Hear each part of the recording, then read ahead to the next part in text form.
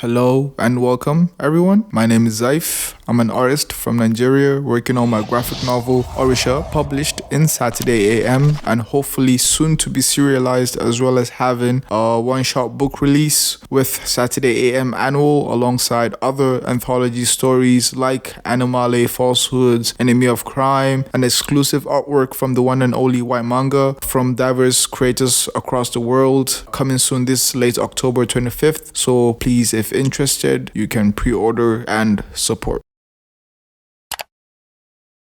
What's up, y'all? Welcome back. Today, as you see on the title of the video, I'll be talking about improving one's art skills while challenging myself by trying new coloring techniques using my OC Aboki as a model from my original series, published in Saturday AM. Links in the description below. Now, we all know as artists our primary goal is to create and over time better our craft, hence the reasoning behind the task. One of my biggest challenges as an artist is color work. Sketching relatively I'm good at, and inking as well. I think I'm good at that department. However, coloring has always been tough for me as an artist, and that's why I'm doing this to work on it.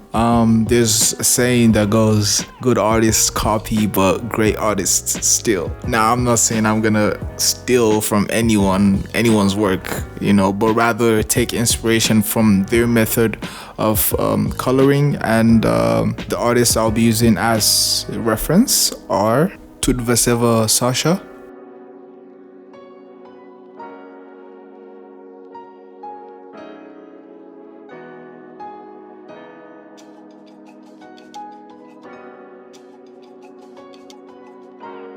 Meme Ruse Cruz,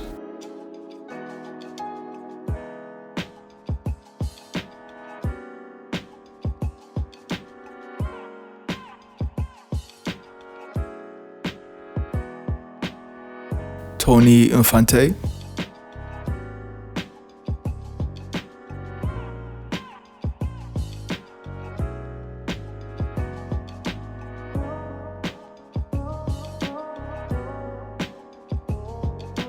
Anois Art.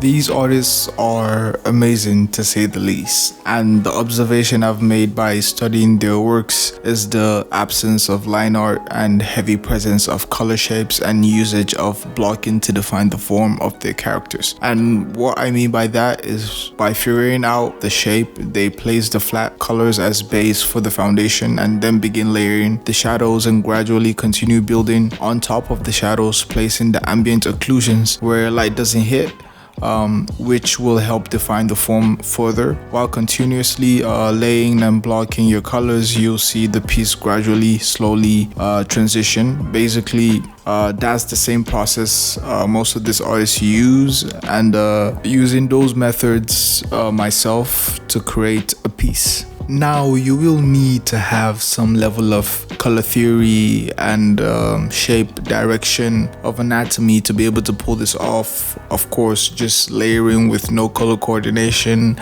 or not knowing where the light source will be placed and where the shadows will go will make your piece look like a total mess. So here are some pointers to guide us. Step 1. Sketch out the shape.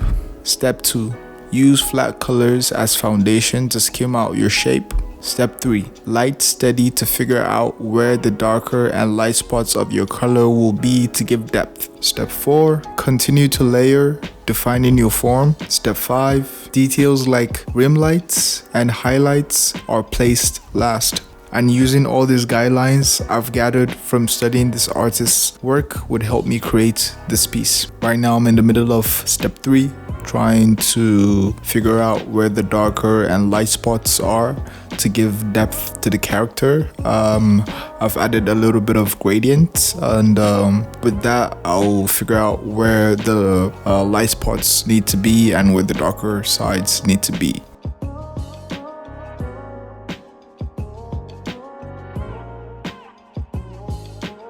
now to give a brief example using this piece by Meme or Meme Rules Cruz. Sorry for butchering your name, by the way.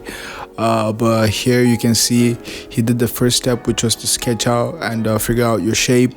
And you can see by his sketch, his shape is very angular and like pointy ends rather than the like smooth baby face. Rather, a lot of other people tend to sketch, but in this method it helps place the flats, and I'll show you moving in when we move into stage 3. But moving into stage 2, which is placing your foundation flat colors to help define your where the positioning of your colors. And after that you can begin to move into phase 3, which is to figure out where your darker and lighter spots will be by using, like, for example, gradients here and there, and adding your cast shadows. As you can see over here, he did a bit of cast shadows underneath here, and over here he did a little bit of a gradient work, and it helped, and underneath the lips, around the lips as well, and underneath here also like flat cast shadows as well. And then after that you move into the 4th stage, which is to begin to layer and continue to layer to help pop out your form more and give it more definition of where everything is, and like figure out giving more definition where everything is after you've already figured out where the light source is, which is coming from this angle, and the darker areas will be around here, coming from that angle. And then obviously you're gonna have your ambient occlusions, which are around here in the air where light doesn't hit. And then after all that, you just continue to layer and layer till you get a satisfactory piece which you yourself would be satisfied with. And then after all that, we move into stage 5, which is to establish your highlights, put in your highlights, which is the last step, because the highlights are only figured out when everything has been placed, and you know, like, you don't want to put your highlights first and then go over them, because we're moving from darker to lighter. And that's what he did over here on his pieces, on the lips, on the tip of the nose over here, and the forehead area where it curves. That's where light bounces on top of that. So using this, you could help give an example of what I mean when I say, you know, layering your colors on top of each other and using the flats as foundation. So yeah. Over here, I'll be giving another similar example using Anino's art. If you look at his piece over here, it's he already placed his foundation flat colors, and all he had to do over here was just build upon that. Over here you can see it's typically more foundation colors, with the foundation color being over here, and then after that he placed his shadows over here underneath the skin, figuring out where the light source is coming from, which is coming from above him. And then after that he started using lighter shades of his skin tone to build upon that, adding on top of that, and then gradually moving, giving that kind of like gradient feel by making his transitions using the lighter shades. And then he just did that by building upon that. And then you could add the ambient occlusions by the edge of your shape to give it more that refined and defined look. Essentially, it's also the same thing with Tony Infante, figuring out the sketch and then moving to the flats mapping out the flat colors, and then you move into step 2, 3, placing your light areas, figuring out where your light source is gonna be and all that. And then step 4, just keep mapping out, just keep layering and layering and layering until you get your form to, you know, pop on more and define it more. And then you move into the final step, which is step 5. Just place out where your highlights are gonna be.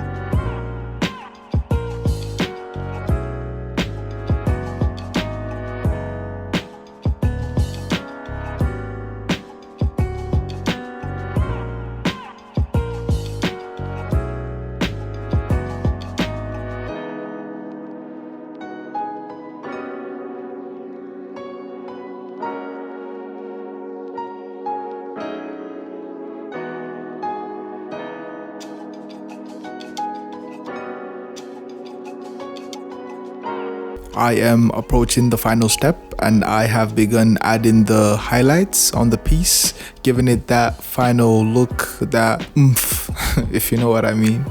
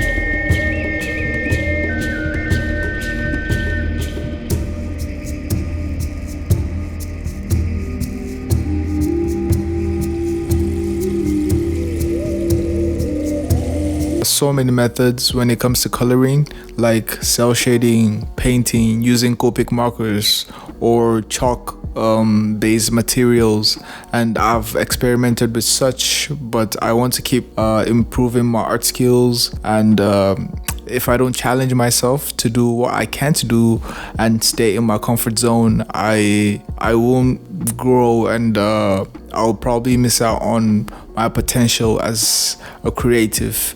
And likewise with everybody. And that was my goal, keep growing my potential.